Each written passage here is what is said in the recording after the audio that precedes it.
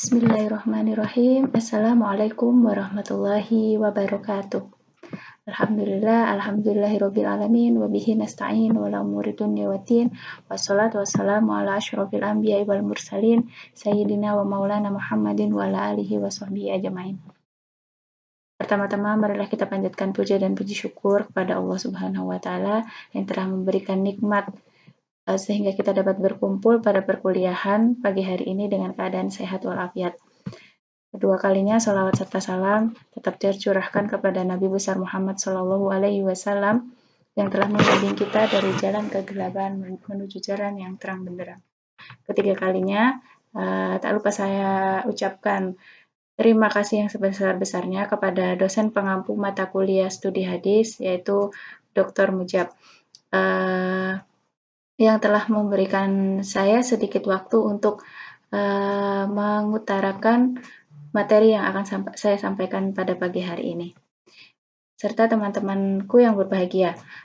Baik, materi pagi hari ini yaitu tentang kedudukan hadis mutawatir dan hadis ahad serta kehujahannya.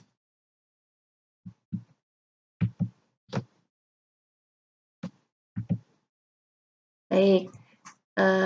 Topik utama dalam pembahasan pada pagi hari ini yang pertama yaitu tentang pengertian hadis mutawatir, yang kedua macam-macam hadis mutawatir, yang ketiga kedudukan hadis mutawatir, yang keempat pengertian hadis ahad, yang kelima klasifikasi hadis ahad, yang keenam status hadis ahad atau qat'il wurud dan dzannil wurud, dan yang terakhir yaitu tentang kehujahan hadis mutawatir dan juga hadis ahad. Yang pertama kita akan membahas tentang pengertian hadis ahad terlebih dahulu.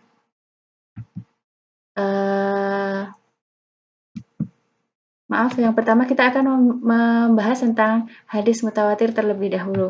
Pengertian hadis mutawatir. Kata mutawatir sendiri secara etimologis merupakan bentuk isim fa'il dari tawatur yang berarti at-tatabbi, yaitu datang beriring-iringan dan berturut-turut antara yang satu dengan yang lainnya. Hadis mutawatir sendiri merupakan hadis yang memiliki sanad yang di setiap tingkatannya terdiri dari perawi dengan jumlah yang apabila diteliti menurut akal atau hukum adat tidak mungkin untuk melakukan kebohongan pada hadis yang mereka riwayatkan. Berdasarkan definisi di atas, dapat diambil kesimpulan bahwasanya hadis mutawatir merupakan hadis yang memiliki sanad yang di setiap tingkatannya terdiri dari perawi dengan jumlah yang apabila diteliti menurut akal maupun hukum adat tidak mungkin untuk melakukan kebohongan pada hadis yang mereka riwayatkan. Sebuah hadis dapat dikatakan hadis mutawatir apabila memenuhi 4 syarat yang dibuat oleh ulama-ulama hadis. Yang meliputi yang pertama yaitu diriwayatkan oleh banyak orang.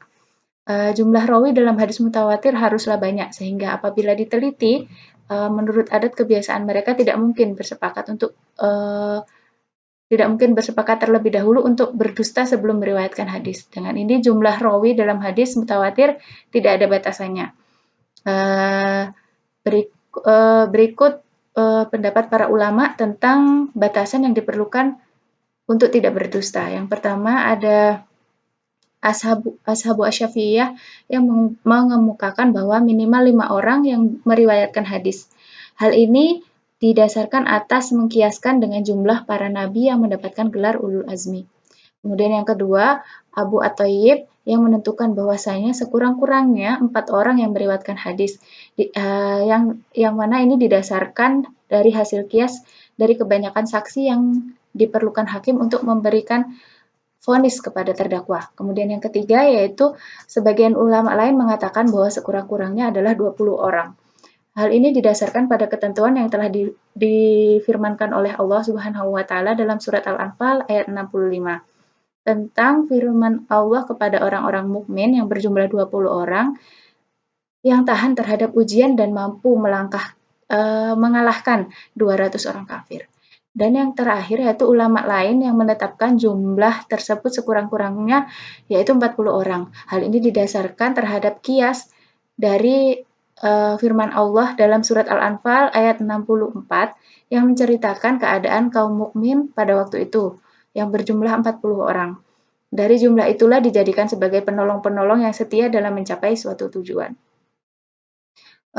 Kemudian Untuk syarat yang kedua, sebuah hadis itu dapat dikatakan hadis mutawatir, yaitu cara penyampaian khobar melalui panca indera, bukan melalui akal atau intuisi. Dengan kata lain, khobar yang disampaikan perawi harus benar-benar hasil dari penglihatan mereka sendiri. Kemudian yang ketiga yaitu sanad-sanad yang meriwayatkan saling bersambung dari awal sampai dengan akhir. Dengan demikian apabila ada suatu hadis yang diriwayatkan oleh 20 orang sahabat, kemudian diriwayatkan oleh 10 orang tabi'in dan selanjutnya hanya diriwayatkan oleh 5 orang tabi'in, maka tidak dapat dikatakan sebuah hadis mutawatir. Hal ini disebabkan karena jumlah perawi tidak seimbang antar tobakot. Baik tobakot pertama dan juga tobakot seterusnya. Akan tetapi ada beberapa ulama yang berpendapat bahwa keseimbangan jumlah perawi antara tobakot tidaklah penting, sebab tujuan utama dari banyaknya perawi adalah terhindarnya kemungkinan dari berbohong. Kemudian yang keempat yaitu para perawi tidak memiliki kemungkinan untuk bersepakat dalam berdusta atau lupa semuanya secara kebetulan.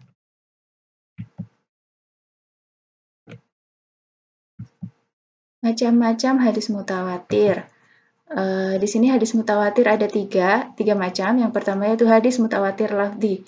Hadis mutawatir lafzi, sebuah hadis dapat dikatakan hadis mutawatir lafzi apabila hadis tersebut mutawatir dalam lafadz dan maknanya. Hadis mutawatir lafzi adalah hadis yang diriwayatkan oleh banyak orang dengan susunan redaksi dan maknanya sesuai, serta antara riwayat yang satu dan riwayat yang lainnya terlihat kebenarannya. Contohnya dari hadis lafzi riwayat Bukhari yaitu man kadzaba ala muta'ammidan falyatabawa maq'adahu minan nar. Rawahu Bukhari. Barang siapa yang sengaja berdusta atas namaku, maka hendaklah ia bersiap-siap menduduki tempat duduknya di neraka. Hadis riwayat Bukhari. Abu Bakar Al-Bazzar berpendapat bahwa hadis mutawatir lafzi diriwayatkan oleh 40 orang sahabat.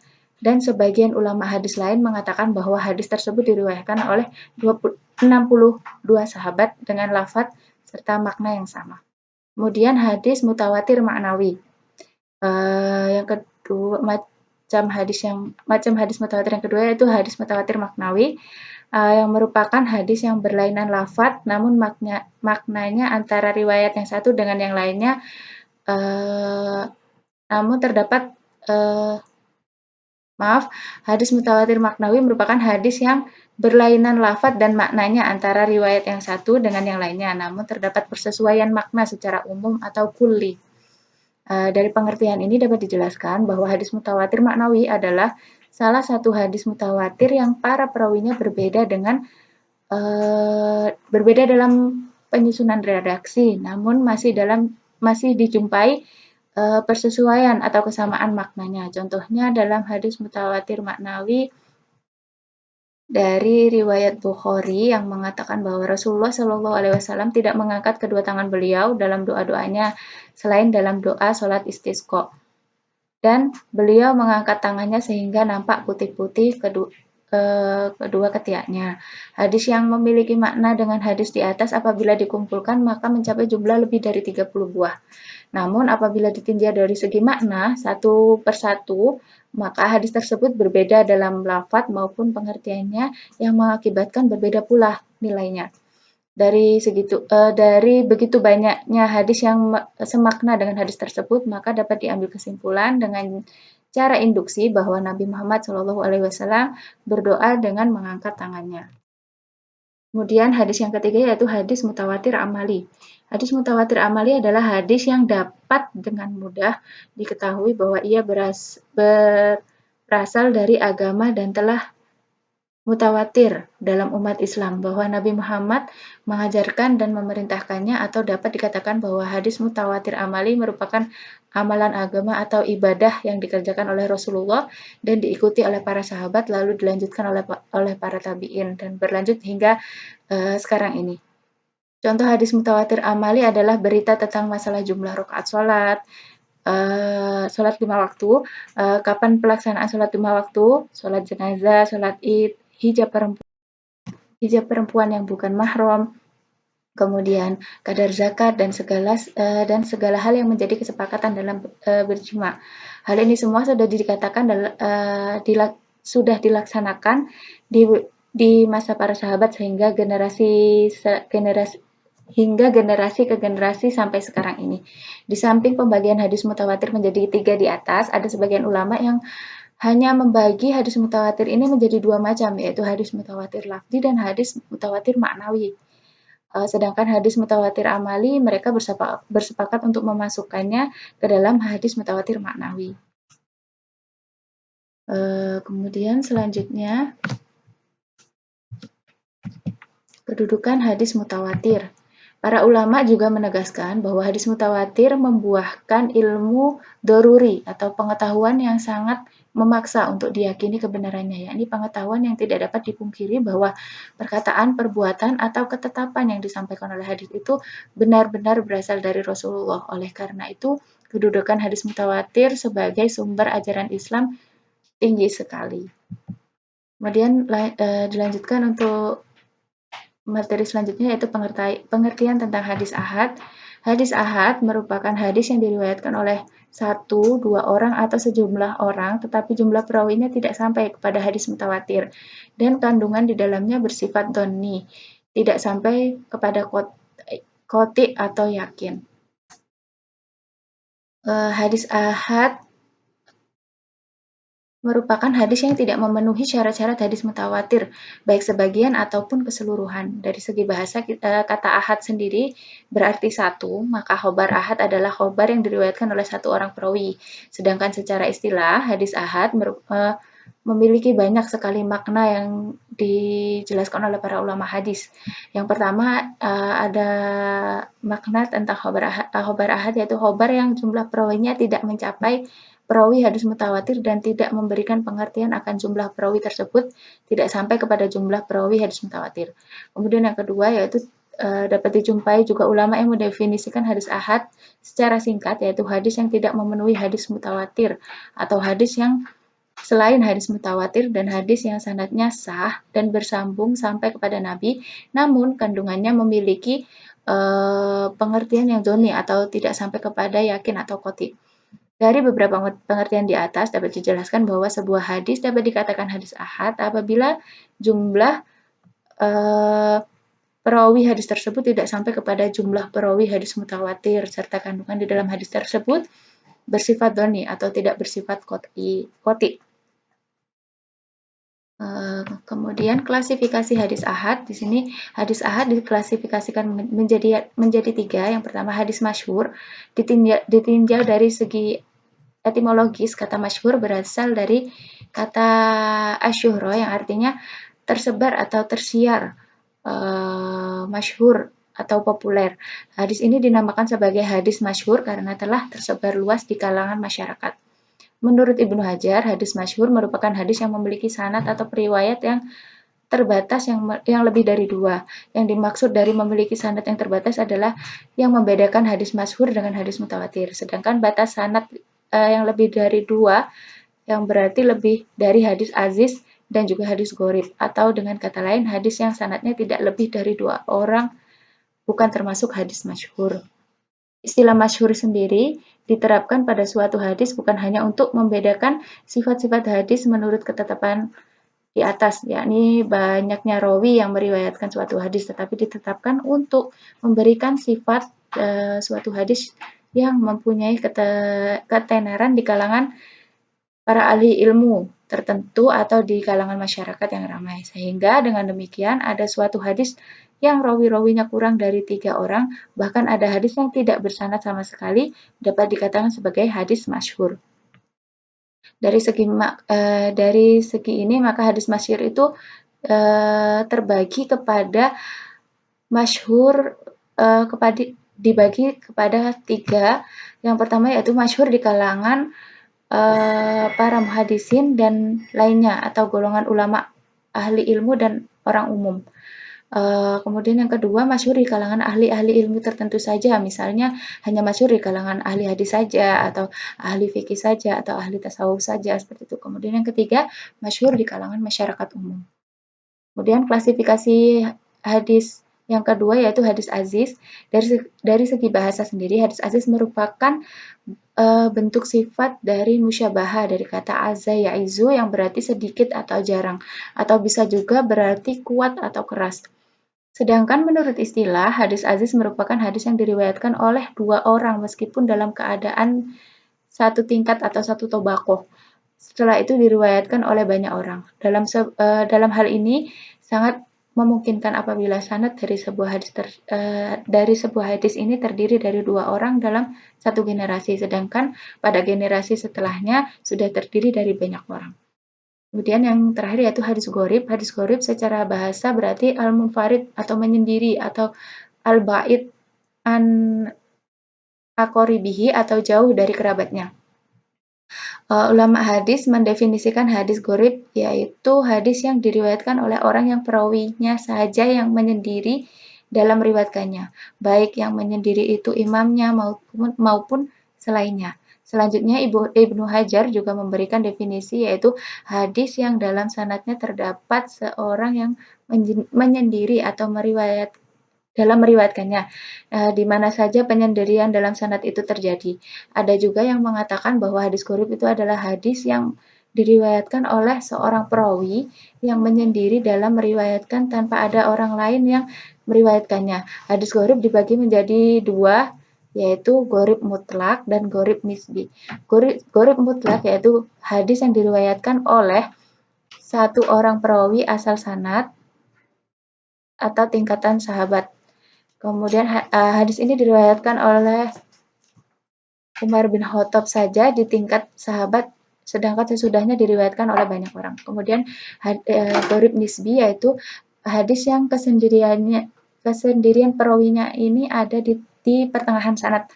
Yang dimaksud di sini yaitu hadis yang pada awal mulanya diriwayatkan oleh beberapa orang di tingkatan sahabat, namun pada pertengahan sanad jumlah perawinya hanya satu orang. Itu kemudian status hadis ahad, qat'il wurud dan dzannil wurud. Qat'il wurud pengertian dari nasakh qat'i dari segi dalalahnya menurut Abdul Wahab Khalaf, yang dimaksud nasakh qat'i dari segi dalalahnya adalah nas yang menunjukkan satu pengertian tertentu dan tidak mengandung kemungkinan takwil atau kesempatan untuk memberikan pengertian selainnya.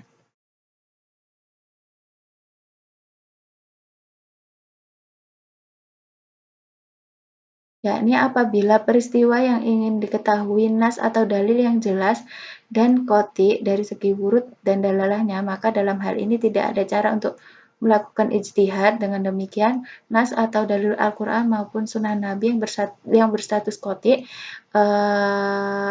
dalalah adalah dalil yang memiliki suatu pengertian tertentu dan tingkat kebenarannya itu pasti.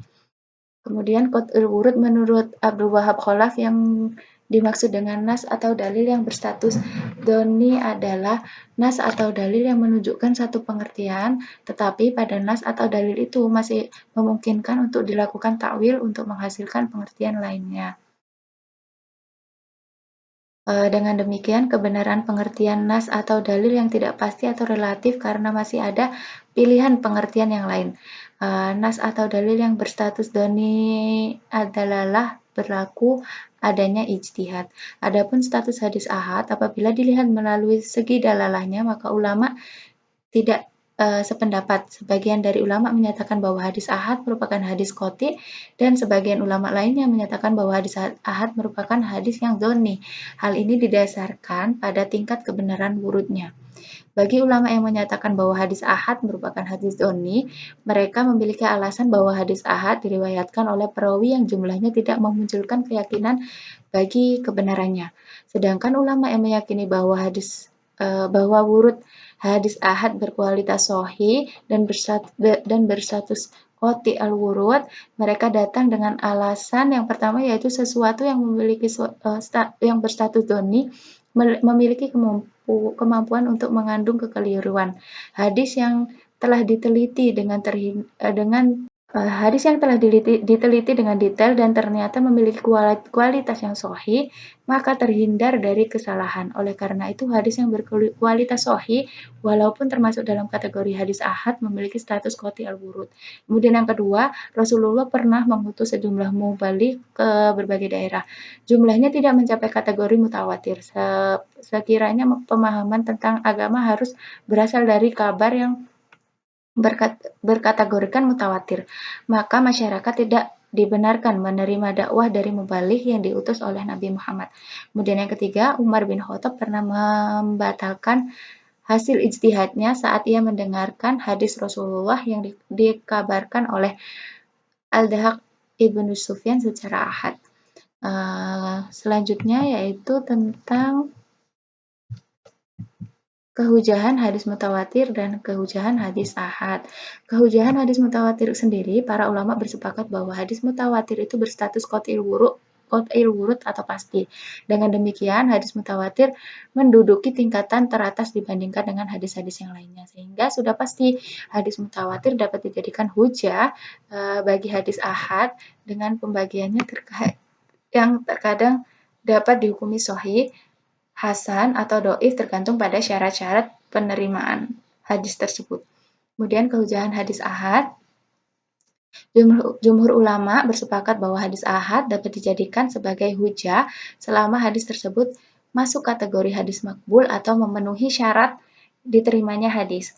Para ulama banyak memberikan bukti tentang kehujahan hadis ahad tersebut. Baik, cukup sekian presentasi yang dapat saya sampaikan pada pagi hari ini. Kurang dan lebihnya saya mohon maaf yang sebesar-besarnya. Wabillahi taufiq wal hidayah. Assalamualaikum warahmatullahi wabarakatuh.